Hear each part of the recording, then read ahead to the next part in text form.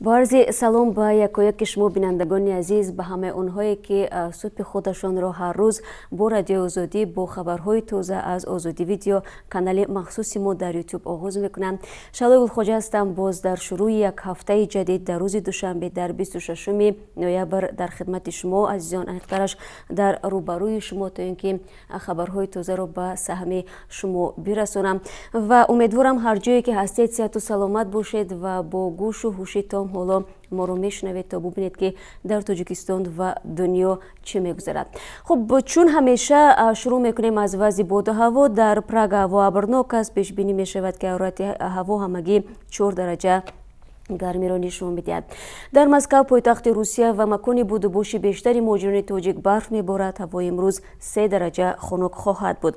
هوای دوشنبه باشد امروز ابری در نظر داشته شده است. انتظار میرود که در جریان روز گرمی 16 درجه را تشکیل کند. همین گونه پیشگویی میشود که شبانه باران میبارد. خب حالا رو میارم به خبرهایی که در دست دارم. وزارت امور داخلی تاجیکستان میگوید در 9 ماه امسال بیشتر از 160 نفر از اعضای گروه به نام دولت اسلامی، سازمان افراطی انصارالله و پیروان جریانهای دیگر افراطی را به کشور برگردانده است.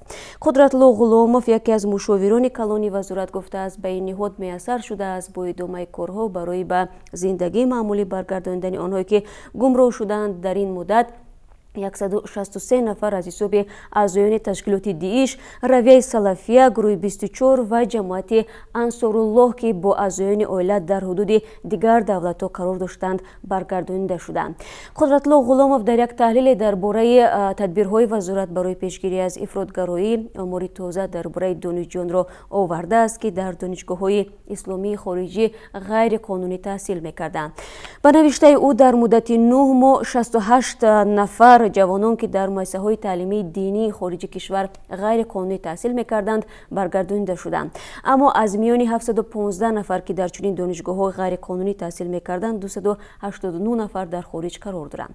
ریاست امور داخلی شهر دوشنبه هم در یک بیانیه علایده آخر هفته گذشته گفت در 10 ماه امسال تنها از جانب میلیسیای پایتخت 10 نفر ساکنان دوشنبه و دیگر منطقه را که با افراطگرایی و عضویت در سازمان‌های افراطی متهم می‌شدند در جستجو قرار داشتند به وطن برگرداندند و در فضای آرام و آسوده تاجیکستان صاحب استقلال و نزد خویش و تبار و اهل پیوندان خود زندگی آرام را پیش برده ایستاده اند میگویند مقامات تاجیکستان ماه سپتامبر گفتند تقریبا 1900 شهروند تاجیکستان به عراق و سوریه رفته و در صف گروه‌های افراطی از جمله گروه تندروی دولت اسلامی پیوستند. قرار است محمد ترشحانی سفیر تشکیلات خودگردان فلسطین در تاجیکستان روز 26 نوامبر با سفر 3 روزه به دوشنبه بیاید. در این باره وزارت امور خارجه با نشر یک بیانیه رسمی خبر داد و گفت که سفر تا 29 نوامبر ادامه میکند. قرارگاه سفیر در شهر تاشکند واقع است. تاجیکستان با تشکیلات خودگردان فلسطین همکاری‌های زیاد ندارد. مناسبت‌های دو طرف 6 مارس سال 1992 برقرار شدند. وزارت امور خارجه تاجیکستان میگوید تاجیکستان همیشه جانبدار مبارزه آزادیخواه مردم فلسطین بود و می باشد و بین سران دو دولت مکاتبه و مبادله منتظم پیام‌های تبریکی وجود دارد.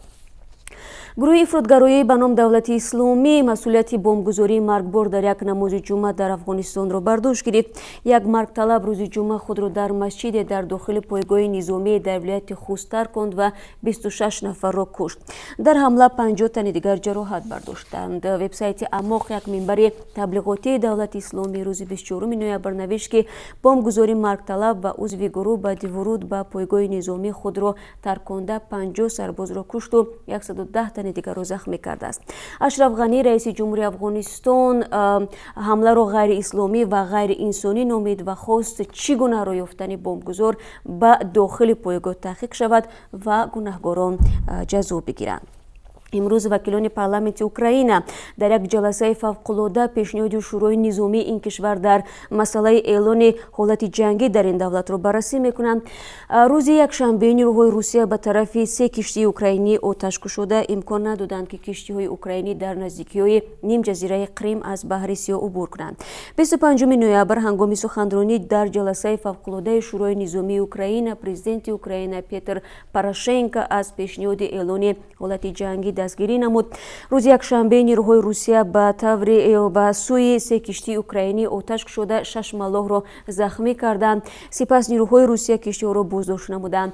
به قول پاراشنکو 23 ملاح اوکراینی به اسارت گرفته شدند. امروز شورای امنیت سازمان ملل متحد در یک جلسه فوق‌العاده تشنج نظامی میان روسیه و اوکراین را بررسی میکند. فعلا رهبری دوره‌ای شورای امنیت را نیکی هیلی سفیر آمریکا در سازمان ملل متحد بر عهده دارد. تلویزیون دولتی ایران گزارش میدهد که بر اثر یک زمین لرزه برابر با 6.4 درجه در مناطق غربی ایران که هم مرز با عراق می باشد بیش از 600 نفر جراحت برداشتند. صبح 26 نوامبر منصبداران ایرانی گفتند که تا حال درباره اینکه کسی در این زمین لرزه ففتیده باشد معلومات دسترس نکردند. یک سال پیش در همین منطقه زمین لرزه به وقوع پیوست که باعث مرگ بیش از 600 نفر و جراحت زیاده از 9000 کس شده بود. به گفته پیر حسین پالیوند رئیس سریداره حالتهای فوق‌العاده ایران اکثر مجروحان هنگام فرار جراحت برداشتند. به قول مرکز پژوهشگاه گئولوژی آمریکا مرکز زمین لرزه در 114 کیلومتری شمال غربی شهر ایلام در نزدیکی مرز ایران و عراق جایگیر است. تلویزیون ایران میگوید که مرکز زمین لرزه در شهر کورنشین سرپول زهابی ولایت کرمانشاه قرار دارد. در ازبکستان برای اولین بار در سرتاسر کشور تمرین نظامی وسیع مقیاس برگزار می شود. در این باره شوکت میرزیویف پرزیدنت ازبکستان و سرفرمانده نیروهای نظامی این کشور قرار قبول کرده است. این مشق‌ها 5 روز ادامه خواهند کرد. در جریان تمرین آمادگی جنگی ارتش ازبکستان آزموده می شود. بنا به معلومات وزارت مدافع این کشور تا به حال در حدود جمهوری چنین مشق نظامی انجام نشده بود. در اطلاعیه این نهاد آمده است که تمرین از 4 بخش عبارت خواهد بود. در عین زمان ازبکستان با ارسال یک نوت از نیتش برای سنجش آمادگی جنگی نیروهای نظامی اطلاع داده همسایه‌ها را آگاه کرده است که این اقدام علیه هیچ کشوری روانه نشده است. هدف سنجش واگذاری آمادگی جنگی قواهای مسلح ازبکستان میباشد. آمده است در نوت وزارت امور خارجه این کشور. در مورد آنکه آیا ازبکستان جانب تاجیکستان را نیز از این نیتش آگاه کرده است یا نه فعلا اطلاعی در دست نیست. خب رو میارم به موضوعی که قبل از همه به مهاجران توجیک در روسیه دخل دارد. از سال نو برای مهاجران کوری که در ولایت سمر روسیه کار میکنند نرخ پتنت بالا میرود. مقامات تصمیم گرفتند قیمت اجازتنامه کار را زیاد کنند. ایرینا نیکیشنا یک مسئول این ولایت گفت آنها از حساب بالا بردن نرخ پتنت میخواهند بودجه را غنی گردانند. طبق نقشه در سال 2019 باید بیش از 625 میلیون روبل از حساب پرداخت برای پتنت به بودجه درآمد شود. به حساب آنها امسال این مبلغ 575 میلیون روبل را تشکیل کرده است. مقامات محلی علاقه طرح این پیشنهاد را قبول کردند و برای تصویب به زینه‌های بالایی فرستاده می شود. حکومتداران باور دارند که برای قیمت کردن نرخ پتنت و از افزایش مهاجران کاری در این ولایت روسیه جلوگیری می کنند. بر پایه امور رسمی امسال بیش از 6000 مهاجران مهنتی از کشورهای مشترک المنافع برای کار به ولایت مذکور آمدند. اکثریت آنها مهاجران تاجیک، قزاق و اوکراینی می باشند. سال جاری برای نقض قاعده های بود و باش 700 نفر از ولایت سمره دپورت کرده شدند. خب بینندگان عزیز در برنامه‌های گذشته نیز ما به طور مفصل درباره بالاروی نرخ پتنت در هر منطقه روسیه برای شما خبر داده بودیم و شما میتوانید این گزارش رو در شکل علایده در آزادی ویدیو تماشا کنید. همچنین در برنامه‌های خبری ما ببینید و بفهمید که در کدام منطقه و نرخ پتنت شروع از سال 2019 مقدارش از 1 ینور چقدر بالا خواهد رفت. یک ساکن 32 ساله جماعت دهاتی یوری شهر پنجکند همسر خود مادر 27 ساله 2 فرزندش را با 12 ضرب کار به قتل رسانده خسور بچه‌اش را مجروح کرده است. وزارت امور داخلی تاجیکستان میگوید حادثه بعد ظهر 1 نوامبر زمانی رخ داده است که دلیر حاجی مرودوف برای برگرداندن همسر شکرانه بوبوی وی 27 ساله به خانه خسرو خوشتامنش رفته است. طبق اطلاع تفتیشات در روز حادثه حاجی مرودوف جواب رد گرفته است و دوباره برگشته گشته و با برادر همسرش ادریس خوجا بوبویف 28 ساله وارد مناقشه شده کرد را به کار برده است. شکرانه بوبویف برای حمایت برادر خود به مناقشه دخالت کرده است که در نتیجه 12 ضربه کرد خورده به هلاکت رسیده است. برادرش ادریس خوجا با 5 ضربه کرد جراحت وزنی جسمانی برداشته در بیمارخانه بستری شده است. مقامات امور داخلی میگن در پی حادثه حاجی مرادوف قصد فرار به خارج کشور را کرده است اما در مرز بازداشت گردیده است. فعلا تحقیق پرونده جنایی علیه او ادامه دارد. و تاجیکستان سال گذشته بیش از 4000 تن عسل تولید کرده و حدود 1 تن و 700 کیلوی آن را به خارج فروخته است. مسئولین ساحه در اندیشه این هستند که صادرات بیشتری عسل استحصالی تاجیکستان را به بازار جهانی و مطابق با معیارهای بین‌المللی تامین کنند. زنبورپروران تاجیک میگویند با نظر داشت خراجات زنبورپروری نرخ هر 1 کیلوگرم عسل نه کمتر از $3 آمریکایی را تشکیل میدهد، ولی توان پرداخت چنین نرخ را تنها در بازارهای کشور اروپا دارند. حالا باشد با عسل تولیدی تاجیکستان وارد شدن به بازارهای غربی تقریبا غیر امکان است، زیرا قاعده های واردات عسل در اروپا خیلی سنگین می باشد میگویند آنها. به قول زنبورپروران امسال ارزش شکر در تاجیکستان بلند رفته است و این هم در حالی است که شکر یکی از خوراک های اصلی زنبور به حساب می رود. در یک نمایش در دوشنبه در هفته گذشته ایجاد راه‌های جدید صادرات محصولات کشاورزی تاجیکستان به کشورهای غربی بررسی شد. در آنجا گفتند عسلی رو که آنها اگر استحصال کنند و در اون اصل حتی اگر ذره از داروهای کیمیاوی آشکار شود در اروپا اجازه فروش را نمیدهند. گفته شد که در تاجیکستان سالهای اخیر از استفاده داروهای کیمیاوی دست کشیدند، اما با گفته زنبورپروران در برخی حالات زنبورها میتوانند از موضعهای شهر جمع آوری کنند که مورد کارکرد کیمیاوی قرار داده شده است. زنبورپروران میگویند عسل استحصال شده در شرایط تاجیکستان خوش‌طعم است چون شهد گل‌هایش شیرین و خوشبو میباشد. مقامات وزارت کشاورزی تاجیکستان میگویند از نصف زیادی عسل استحصال شده در تاجیکستان بیشتر در بازار داخلی به فروش می رود و باقی مانده‌اش به روسیه و برخی کشورهای عربی صادر می شود. و دو خبری ورزشی هم داریم. دسته منتخب زنانه فوتبال تاجیکستان در مسابقه بین‌المللی کافا وومنز چمپیونشیپ 2018 که آن را سازمان فوتبال آسیای مرکزی در شهر توشکند دایر نموده است، تیم قرقیزستان را با حساب 1-0 شکست داد. در این بازی که 23 نوامبر در ورزشگاه ملی شهر توشکند دایر شد، گل یگانه را کاپیتان منتخب تاجیکستان مدینه فوزیلووا در آخر بازی با ضربه مستقیم جریمه‌ای به هدف رساند.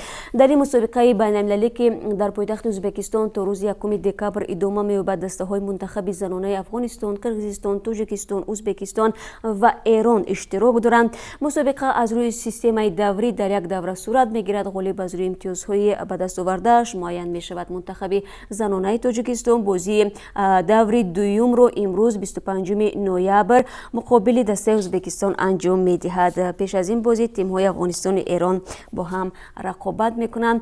و یک خبر دیگر این است که دسته منتخب جوانان تاجیکستان عاید به فوتسال که از حساب بازیگران تا 20 ساله ترکیب یافته است در دایره آمادگی به مسابقه انتخابی قهرمانی آسیا 2019 با تیم جوانان افغانستان دو بازی دوستانه انجام می‌دهد. بازی دوستانه میان تیم‌های منتخب جوانان تاجیکستان و افغانستان روزهای 26 و 27 نوامبر برگزار می‌شود. هر دو بازی در شهر خوجند در مجمع ورزشی قصر ورزش بیگاه شروع خواهند شد. باید گفت که منتخب جوانان تاجیکستان در مسابقه انتخابی قهرمانی آسیا 2019 که از 1 تا 4 دکامبر در توشکند برپا می‌گردد در گروه ب با تیم‌های ازبکستان و قرقیزستان رقابت می‌کنند. منتخب جوانان افغانستان در گروه ا با تیم‌های ایران و ترکمنستان بازی خواهد کرد. بر اساس دستور مسابقه از منطقه مرکزی تنها 3 دسته به مرحله نهایی قهرمانی آسیا 2019 را می‌یابد. به جز غالبان گروه‌ها این چنین دسته‌هایی که جای‌های دوم را می‌گیرند در پلی آف برای راحت سوم مبارزه می‌برند. خب بینندگان عزیز، در این قسمت برنامه چون همیشه رو می‌آوریم به قرب اسعار خارجی در بانک‌های تاجیکستان طبق قرب معین کرده بانک ملی برای اسعار خارجی امروز $1 9 سومانی و 42 درهم، 1 یورو واحد پول اروپا 10 سومانی و 69 درهم و 1000 روبل روسی 143 سومانی و 10 درهم ارزش دارد. خب با سپاس از یکایک شما بینندگان عزیز که تا این لحظه ها ما رو همراهی کردید. خب هفته نو شروع شد، صبح نو شروع شد و ما خبرها و گزارش های زیادی داریم که میخوایم در جریان روز به شما بینندگان وفادار رادیو آزادی که هر صبح خودتون رو با ما آغاز میکنید به سهمتون برسونیم و مطمئن هستیم که چون همیشه با ما صادق خواهید بود و بهترین و تازه ترین خبرها رو از رادیو آزادی و از آزادی ویدیو کانال رادیو آزادی در یوتیوب تماشا خواهید کرد. وابسته به امن است، چون زیاد شما از ما میپرسید مهاجران عزیز، بله ما خیلی درک میکنیم که این موضوع برای شما خیلی مهم است و ما نیز همه روزه این موضوع رو پیگیری داریم. طوری هم شما میبینید تقریبا هر روز ما درباره و زندگی مهاجران برای شما معلومات میدهیم و هر خبری که در رابطه با امنیت شد و هر خبری که به شما مهاجران عزیز داخل خواهد داشت، شما بیشک و شبه باوری داشته باشید که ما حتما در خود همون روز برای شما خبر خواهیم داد. و درباره اون که بعضی از شما پرسید که تا کجا نرخ سیم کارت از 1 ینور قیمت خواهد شد، یعنی 250 سومانی طوری گفته شد می شود.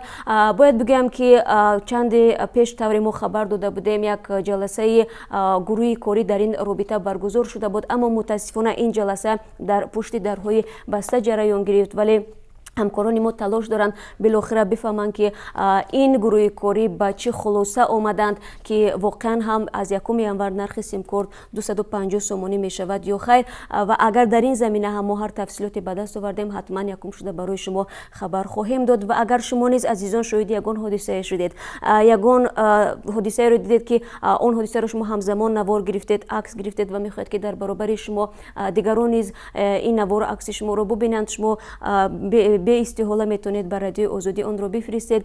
شما میپرسید که چگونه با ما میتونید تماس بگیرید، بروید به وبسایت رادیو آزادی www.azadi.org و وقتی که به صفحه ما وارد شدید در قسمت بالایی صفحه شما میتونید رقم ایمو، واتساپ و وایبر ما رو پیدا کنید که همگی یک رقم دارد و توسط همون رقم با ما تماس بگیرید و باوری داشته باشید که هر یک نوشته شما، هر یک عکس و نواری که شما به ما میفرستید از مد نظر ما دور نمیموند و ما حتما اون رو بررسی میکنیم و پیشنهاد بیننده و شنونده خواهیم کرد. و با سپاس از یکایک شما عزیزان که در این چند دقیقه با ما بودید و من همه شما رو بازم بعد از 3 ساعت دیگر در پخش مستقیم در تقدیم خبرهای تازه منتظر میشوم که سرخط روزنامه دارد و همین گونه برنامه خبر را فراموش نکنید که ساعت 1 با وقت پراگ، ساعت 5 با وقت دوشنبه و ساعت 3 با وقت روسیه پیشنهاد شما عزیزان میشود. روزتان خوب باشد.